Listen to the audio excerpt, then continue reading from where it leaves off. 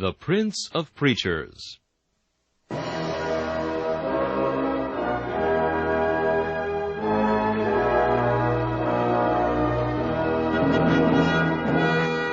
Charles Haddon Spurgeon has been called England's greatest contribution to the spread of the gospel in the 19th century.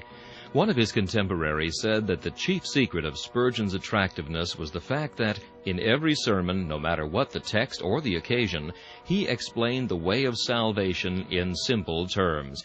Spurgeon's messages remain one of the great treasure houses of Christian literature, still bringing the light of the gospel and the comfort of the Scriptures to hungry souls long after the preacher has passed into glory. This is Charles Kelsch inviting you to listen to a message from the Prince of Preachers.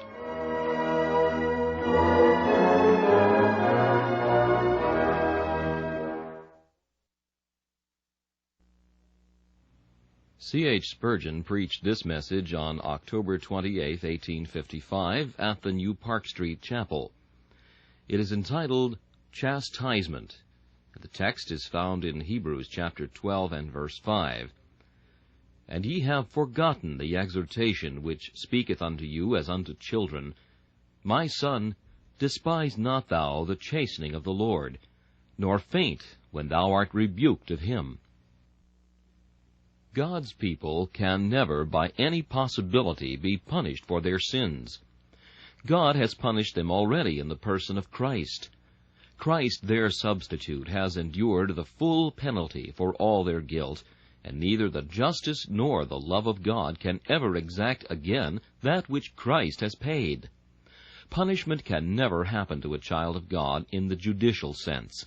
He can never be brought before God as his judge, as charged with guilt, because that guilt was long ago transferred to the shoulders of Christ, and the punishment was exacted at the hands of his surety.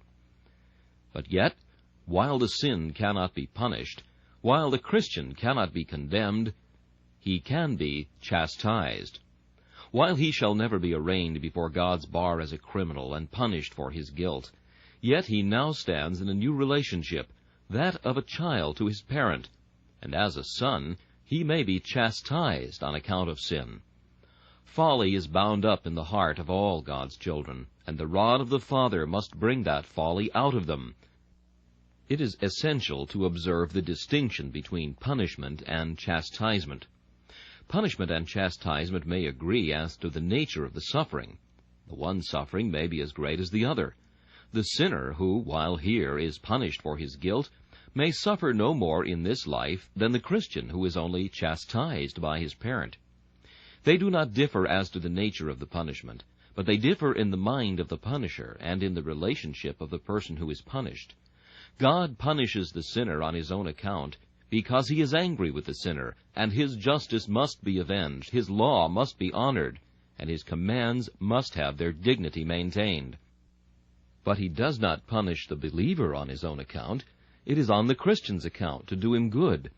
He afflicts him for his profit. He lays on the rod for his child's advantage. He has a good design towards the person who receives the chastisement. While in punishment the design is simply with God for God's glory, in chastisement it is with the person chastised for his good, for his spiritual profit and benefit. Besides, punishment is laid on a man in anger. God strikes him in wrath. But when he afflicts his child, chastisement is applied in love. His strokes are, all of them, put there by the hand of love. The rod has been baptized in deep affection before it is laid on the believer's back. God doth not afflict willingly, nor grieve us for naught, but out of love and affection, because he perceives that if he leaves us unchastised, we shall bring upon ourselves misery 10,000-fold greater than we shall suffer by his slight rebukes and the gentle blows of his hand. Take this in the very starting, that whatever thy trouble or thine affliction, there cannot be anything punitive in it. Thou must never say, Now God is punishing me for my sin. Thou hast fallen from thy steadfastness when thou talkest so. God cannot do that. He has once for all done it. The chastisement of our peace was upon him, and by his stripes we are healed. He is chastising thee, not punishing thee. He is correcting thee in measure. He is not smiting thee in wrath. There is no hot displeasure in his heart. Even though his brow may be ruffled, there is no anger in his breast. Even though his eye may have closed upon thee, he hates thee not. He loves thee still. He is not wroth with his heritage, for he seeth no sin in Jacob, neither iniquity in Israel, considered in the person of Christ. It is simply because he loves you, because ye are his sons, that therefore he chastises you. Peradventure this morning I may have some within these walls who are passing under the chastening hand of God. It is to them that I shall have to speak. You are not all of you in trial, I know. No father chastises his whole family at once. It is so seldom that God afflicts his people after all, compared with their faults, that we must not expect to find in this congregation perhaps 1/2 of the children of God passing under the rod of the covenant. But if you are not under it now, you will have to pass under it some time or other in your life, so that what we may say, if it be not profitable to you in present circumstances, yet, if it treasured up and recollected, it shall be fetched out in some future time, when the wine will not have lost its flavor by keeping, but have improved thereby, and you will find it a bottle of cordial to your spirit, useful to your heart. There are 2 dangers against which a person under the chastising hand of God should always be very careful to keep a strict lookout. They are these: My son, despise not thou the chastening of the Lord. That is one. On the other hand, neither faint when thou art rebuked of him. 2 evils. The one is despising the rod, and the other is fainting under it. Evils always hunt in couples. Sins always go in a leash. It is a marvelous thing that there are always to be found 2 evils side by side. We have said sometimes extremes are dangerous, and for this reason, that one evil has its opposite, which is equally a hurtful thing. Take this: there is a haughty pride which laughs at the rod. On the other hand, there is a foolish faintness which faints under it.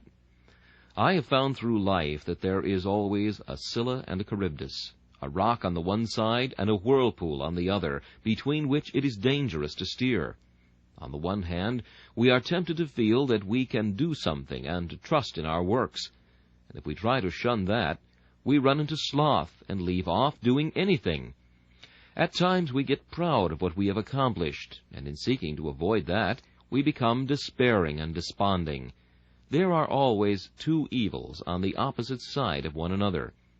The way of righteousness is a difficult pass between 2 great mountains of error, and the great secret of the Christian life is to wind his way along the narrow valley. God help us so to do. We will point out the 2 this morning. The first evil to which the chastened Christian is liable is this: he may despise the hand of God. The second is that he may faint when he is rebuked. We will begin with the first. My son, despise not thou the chastening of the Lord. This may be done in 5 ways, and in discussing the subject I shall propose the remedy for each of these as we pass along.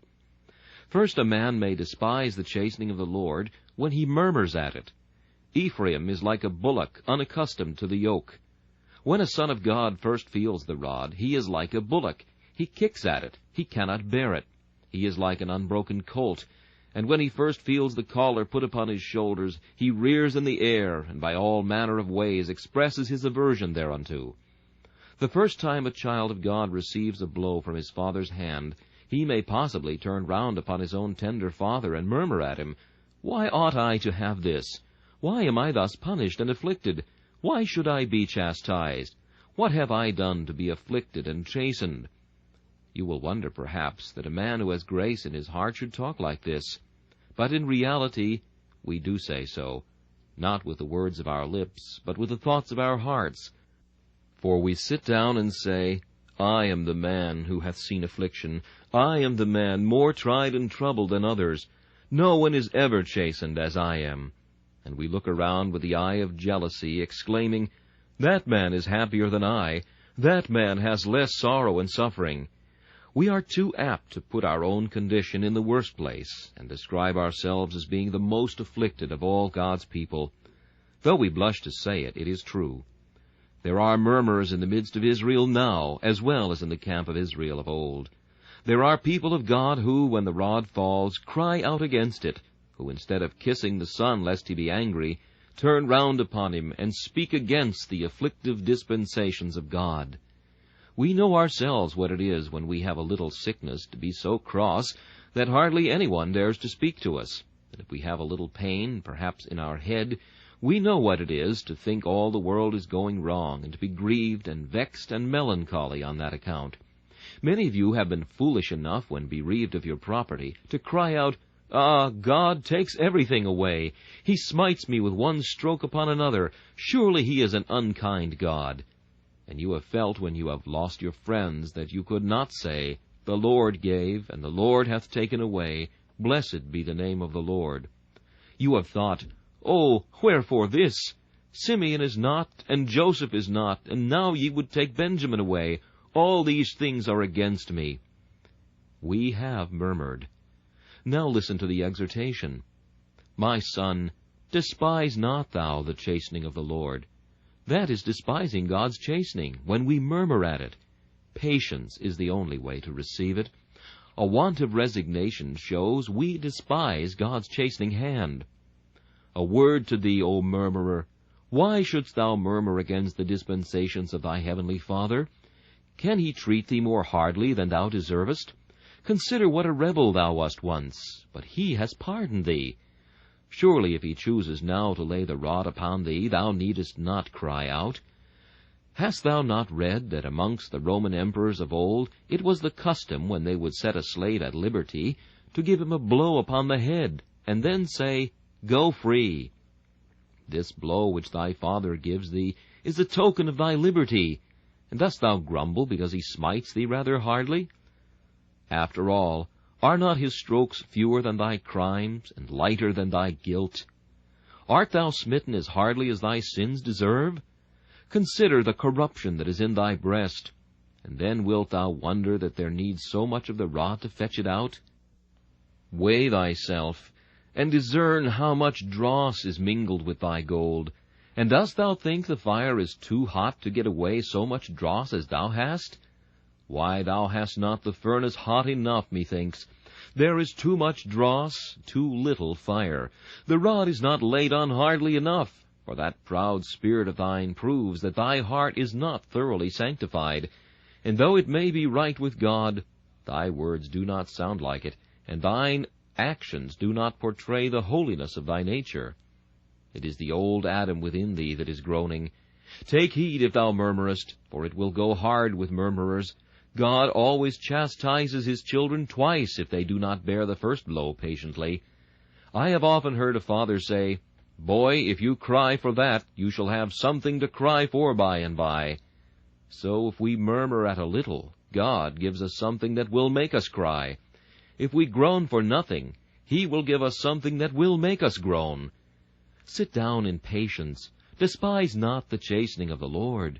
Be not angry with him, for he is not angry with thee. Say not that he deals so hardly with thee. Let humility rise up and speak. It is well, O Lord. Just art thou in thy chastening, for I have sinned. Righteous art thou in thy blows, for I need them to fetch me near to thee.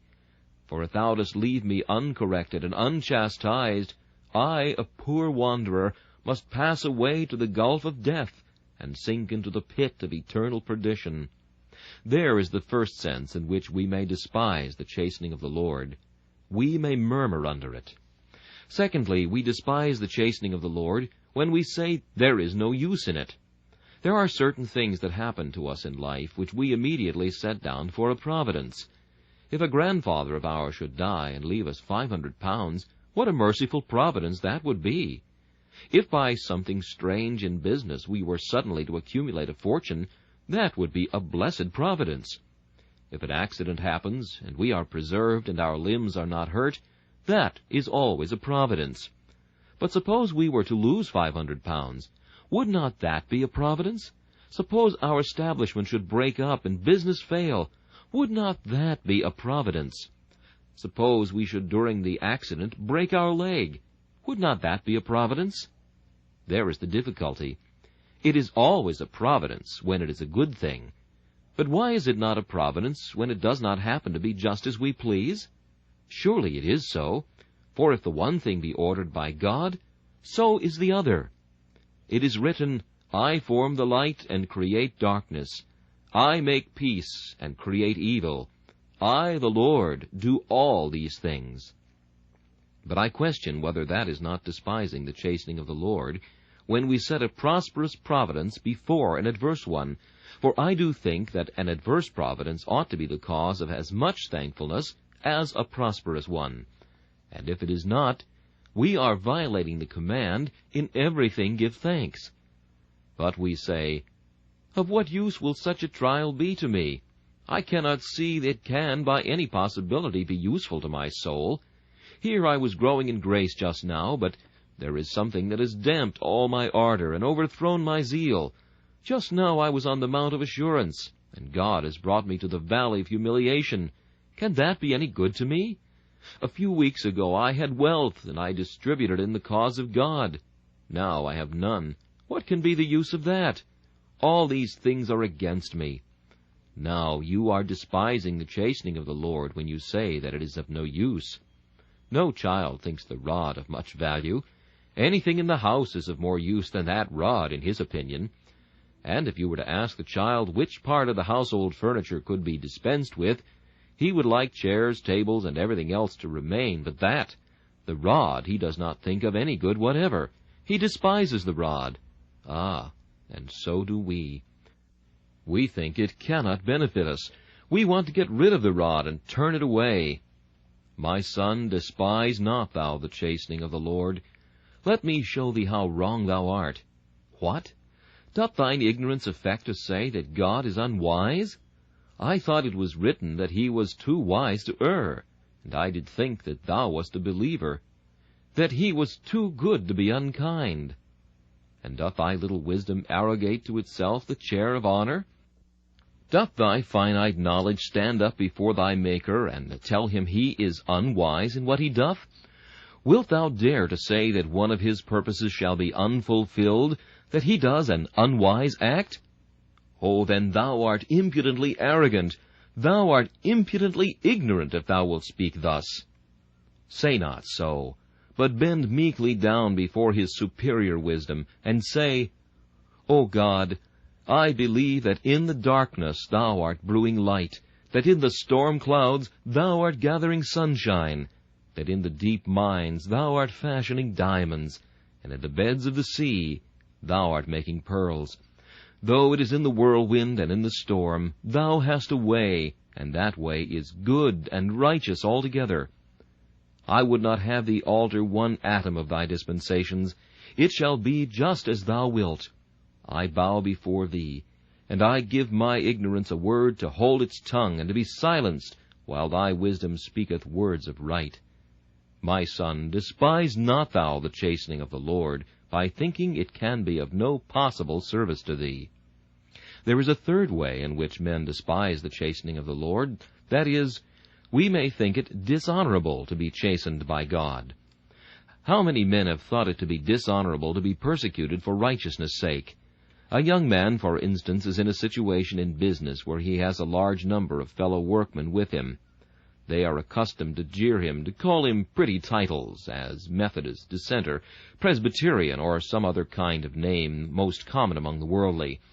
This young man for a time bears it, but still thinking it a kind of disgrace to him.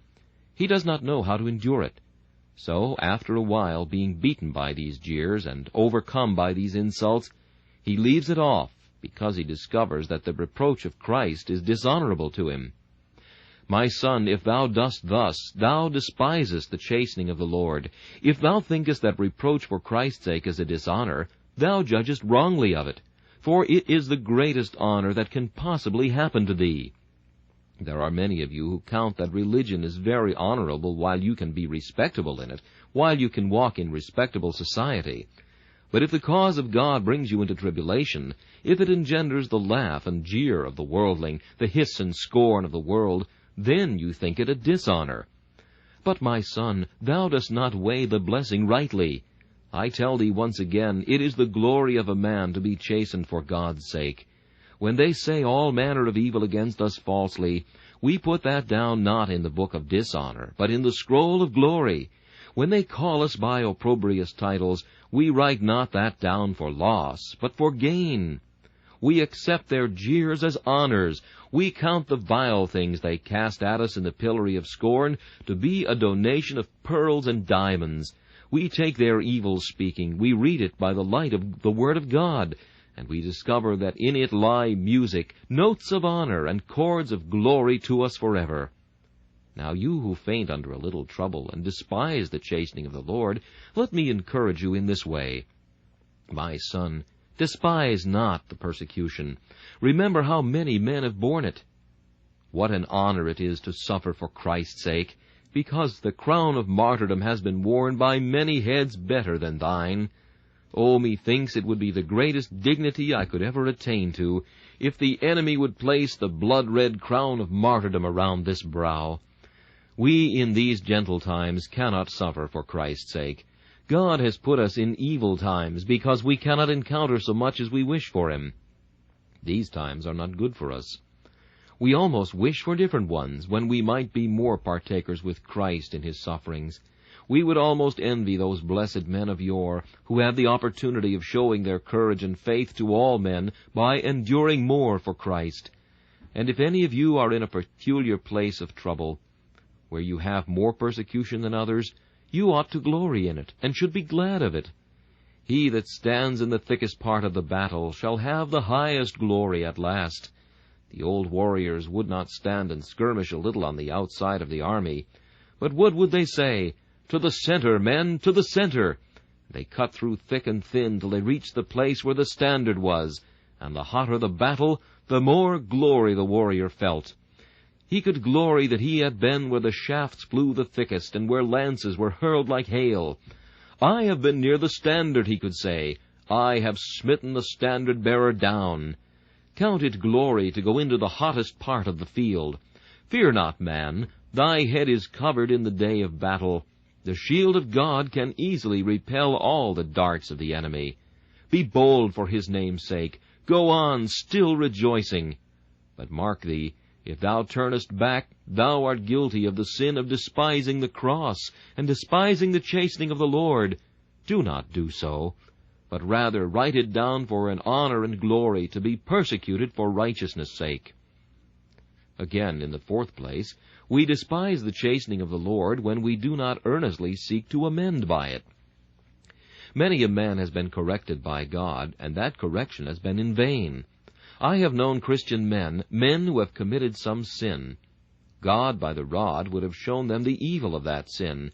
They have been smitten and seen the sin, and never afterwards corrected it.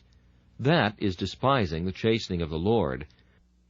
When a father chastises a son for anything he has done, and the boy does it again directly, it shows that he despises his father's chastening. And so have we seen Christians who have had an error in their lives, and God has chastened them on account of it, but they have done it again. You will remember there was a man named Eli. God chastened him once when He sent Samuel to tell him dreadful news, that because he had not reproved his children, those children should be destroyed. But Eli kept on the same as ever.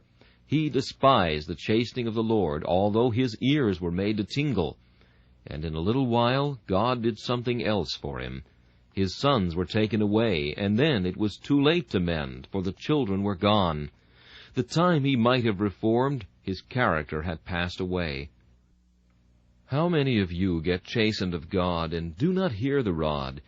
There are many deaf souls that do not hear God's rod. Many Christians are blind and cannot see God's purposes. When God would take some folly out of them, the folly is still retained. It is not every affliction that benefits the Christian. It is only a sanctified affliction.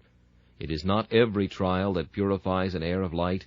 It is only a trial that God Himself sanctifies by His grace.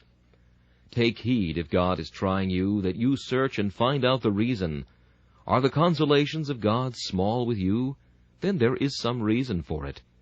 Have you lost that joy you once felt? There is some cause for it. Many a man would not have half so much suffered if he would but look to the cause of it. I have sometimes walked a mile or two, almost limping along, because there was a stone in my shoe, and I did not stop to look for it. And many a Christian goes limping for years because of the stones in his shoe. But if he would only stop to look for them, he would be relieved. What is the sin that is causing you pain? Get it out, and take away the sin. For if you do not, you have not regarded this admonition which speaketh unto you as unto sons, My son, despise not thou the chastening of the Lord. Once more, and then we will pass away from that part of the subject. We despise the chastening of the Lord when we despise those that God chastens. You say, Poor old Mrs. So-and-so, the last 7 years she has been bedridden, and what is the good of her in the church? Would it not be a mercy if she were dead? We always have to be keeping her, one and another giving her charities. Really, what is the good of her? Many will go and see her, and they will say, Well, she is a very good sort of a woman, but it would be a happy release if she were taken. They mean it would be a happy release for them, as they would not have to give her anything. But mark you, if you think little of those whom God is chastising, you are despising the God who chastens them. There is another man, and he frequents the house of God, but he comes there in much affliction and much pain. Ah, you think, that weakness of body incapacitates him from being of service to the church. If he is called upon to pray, there is a sweet brokenness of spirit about his prayer. But there is not that pointedness and warmth we could desire. And some will say when they are walking home, Brother so-and-so, he is always so melancholy, and always dealing with the gloomy side of the Word of God. I don't hardly like to talk to him. I would rather mix with the cheerful and light-hearted, and those Christians who are happy on the Mount of Assurance.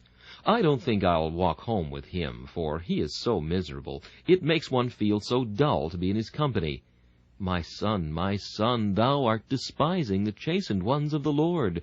That man is being chastened. Be sure and keep his company. For though thou dost not know it, beneath the habiliments of mourning he wears a garment of light.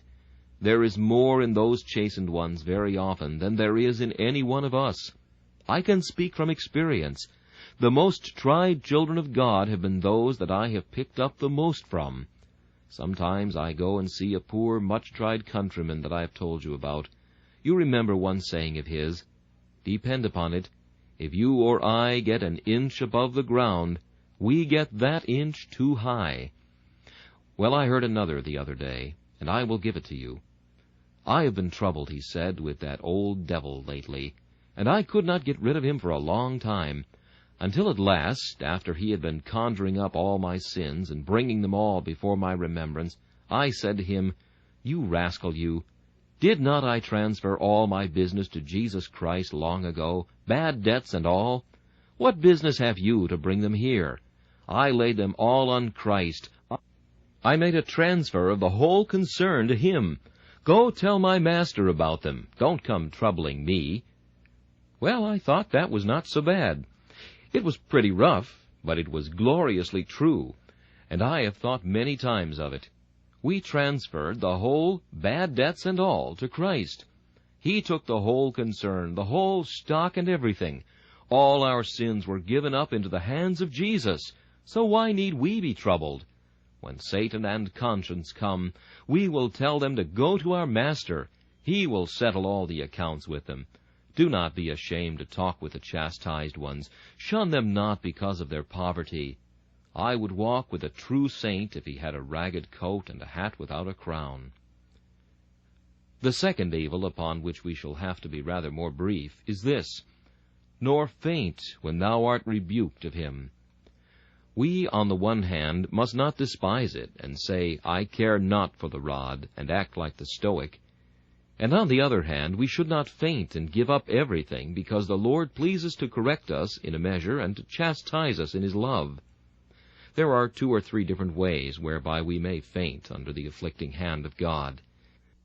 The first way of fainting is when we give up all our exertion under the rod. You understand what I mean better than I describe to you, for you have seen some such. I must give you a picture. I cannot tell you what I mean unless I do. There is a good woman there. She always attended the house of God regularly. She strove for her Master, was busy in the Sabbath school, in the distribution of tracts, and every other way. Suddenly she lost that excellent gift, the fullness of assurance. Her faith began to totter, and now she trembles and fears lest she is not accepted in the Beloved. And do you know what she has done? She has given up going to the house of God. She has given up attendance at the Sabbath school. She does just nothing for her Master at all. And if you ask her why it is, she says that God's hand is heavy on her, and she cannot do anything. She has given it up. She is like a person in a fainting fit that cannot move. She is motionless. She does nothing. Many I have known in this state. Because they cannot enjoy all the comfort they wished, they will not do anything. I have seen some with eyes starting from their sockets who have said to me, "Oh, I am under such horror of darkness, so terribly am I afflicted, I have lost all evidence of Christianity. I never was a child of God. I must give it all up. I cannot keep on. I faint under it. I can do no more. Though I go to God's house, I feel as if I could not pray. As for singing, I dare not. I dare not read my Bible. I think I must give it up." My son, faint not when thou art corrected of him. God does not like sulky children, and there are many of his children fainting out of pure sulkiness and nothing else. Because God does not please to do as they like, they will do nothing at all. "I must be top sawyer," says he, "and I will not be at the bottom to shove the saw up.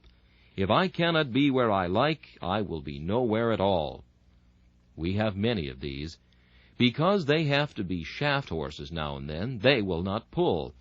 If they could always be in front and wear the ribbons, it would be well. But when they have to go behind all, they jib, as you say, and will not go at all. Instead of fainting, we should go forward when we have the lash. We should say, "Am I smitten? I will turn to the hand that smote me. Did my father strike me? Then I will take care by more ardent duty that he does not strike me again, and I will go my way the more swiftly and get away from the rod. Does he send a cross every day out of love to me? I will seek to work all the more, and so, if it be possible, I shall have my prayer fulfilled, forgive my debts, and pardon my transgressions." Again, the man faints when he doubts whether he is a child of God under chastisement. Too many of the children of God have the blow of the Father's rod, and they at once conclude that they are not the Father's children at all. Like one of old, they say, "If it be so, why am I thus?" forgetful that it is through much tribulation that they must enter the kingdom of heaven, and unmindful that there is not a son whom the Father does not chasten. Thou art saying this morning, "I cannot be a child, or I should not be in poverty or distress." Talk not thus foolishly. That trial is more a proof of adoption than it is that thou art not his. Remember the passage, "If we be not partakers of chastisement, then we are bastards and not sons." Say not he has forgotten thee, but look upon thy trial as a proof of his love. Cecil once called to see his friend Williams, and the servants said he could not see him because he was in great trouble. "Then I would rather see him," said Cecil. And Williams, hearing it was his old pastor, said, "Show him up." Up he went, and there stood poor Williams, his eyes suffused with tears, his heart almost broken. His dear child was dying. "Thank God," said Cecil. "I have been anxious about you for some time. You have been so prosperous and successful in everything that I was afraid my father had forgotten you. But I know he recollects you now. I do not wish to see your child full of pain and dying, but I am glad to think that my father has not forgotten you." 3 weeks after that, Williams could see the truth of it, though it seemed a harsh saying at first. Again, many persons faint by fancying they shall never get out of their trouble. 3 long months, says one, have I striven against this sad trouble which overwhelms me, and I have been unable to escape it. For this year, says another, I have wrestled with God in prayer that he would deliver me out of this whirlpool, but deliverance has never come, and I am almost inclined to give the matter up. I thought he kept his promises, and would deliver those who called upon him. But he has not delivered me now, and he never will. What? Child of God, talk thus of thy Father? Say he will never leave off smiting thee, because he has smitten thee so long? Rather say, he must have smitten me long enough now, and I shall soon have deliverance. If a man is in a wood and cannot see his way out, he goes straight on, for he thinks he shall come out some day or other. And if he is wise, he will climb the highest tree he can find, in order to discover the right way. That is how you should do. Climb one of the promises, and thou wilt see the other side of the wood, with all the sweet fields, beyond where thou shalt feed in green pastures, and lie down under your Saviour's guidance. Say not thou canst not escape.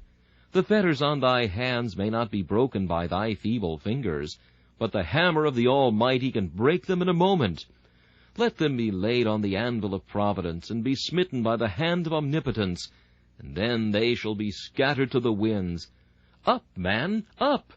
Like Samson, grasp the pillars of thy troubles, and pull down the house of thine affliction about the heads of thy sins, and thou thyself shalt come out more than conqueror.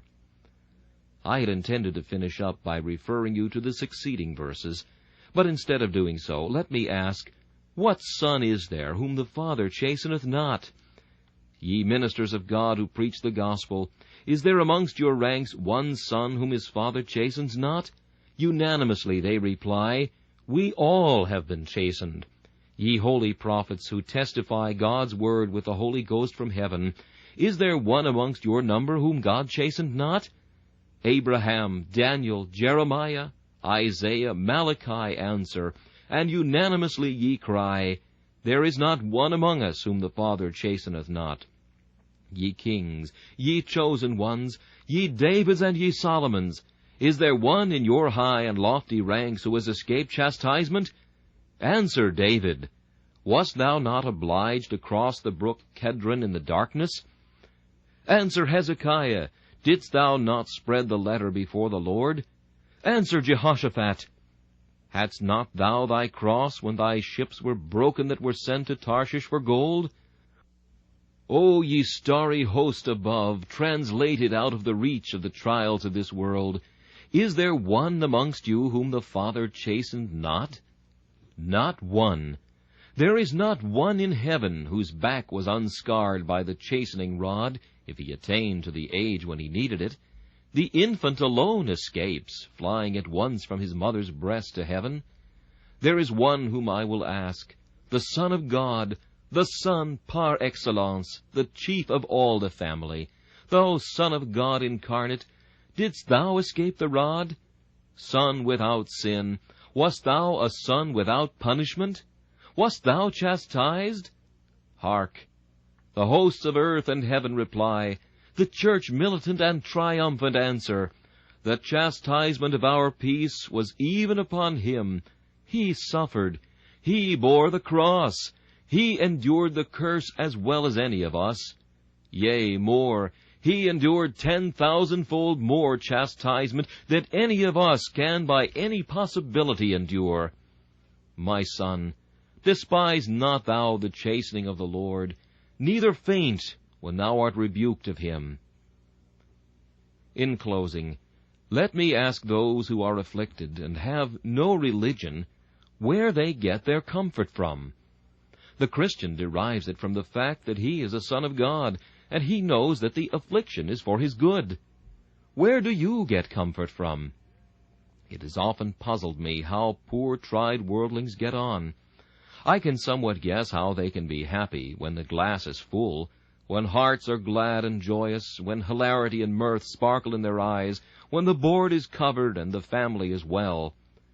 But what does the worldling do when he loses his wife, when his children are taken away, when his health departs, and he himself is nigh unto death? I leave him to answer. All I can say is, I wonder every day that there are not more suicides, considering the troubles of this life, and how few there are that have the comforts of religion. Poor sinner! Even if there were no heaven and hell, I would recommend to thee this religion. For even if in this life only we had hope, we should be of all men most happy, really, in our spirits, although we might seem to be of all men most miserable. I tell you, if we were to die like dogs, if there were no second world, so happy does the Christian religion make the heart, that it were worth while having it for this life alone. The secularist who thinks of this world only is a fool for not thinking of Christianity, for it confers a benefit in this world as well as in that which is to come. It makes us bear our troubles. What would break your backs are only feathers to us. What would destroy your spirits are to us light afflictions which are but for a moment. We find light enough in our hearts in the depth of darkness. Where you find darkness, we have light, and where you have light, we have the brilliance of the sun. May God put you in the number of his saved family. And then, if he chastens you, I ask whether you will not think his rod light when compared with that sword which you deserve to have smitten you dead. God give you, if you are chastened now, that you may be chastened and not killed, that you may be chastened with the righteous, and not condemned with the wicked. This message, Chastisement, was preached by Charles Haddon Spurgeon on October 28, 18... This is Charles Kelsch inviting you to join me again for another message from the Prince of Preachers.